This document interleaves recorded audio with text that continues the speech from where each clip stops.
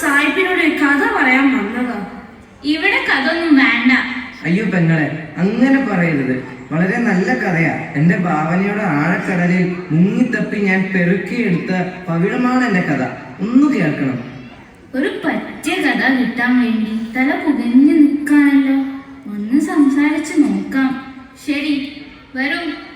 ഇംഗ്ലീഷൊക്കെ അറിയാലോ അല്ലേ? പിന്നെ ഇവന് നന്നായി ഇംഗ്ലീഷ് അറിയും. ഇവനെ കണ്ടാൽ തന്നെ അറിയില്ലേ, ഷൂസും കണ്ണടയൊക്കെ ഇട്ടിട്ടുണ്ട്. ആ പിന്നെ വന്നത് മാഡമാണ്, ഇസി മാഡം. ഈസി, നല്ല പേര്. മാം, these people have come to see you. This one here has a good story with him. Hello, young man. What's your name? Hello, I Sasi.